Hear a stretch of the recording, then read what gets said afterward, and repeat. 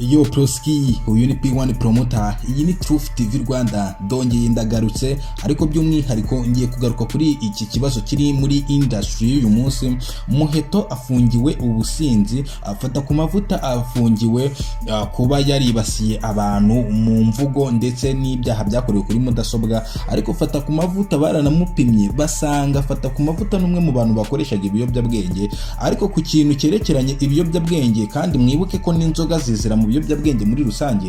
ni ikintu cyugarije abastari ba hano mu Rwanda. Ngira ngo ejo bundi mwumvishe ko Brian imodoka ye yayihiritse muri Nyungwe. So ahangaha ntago wambwira ngo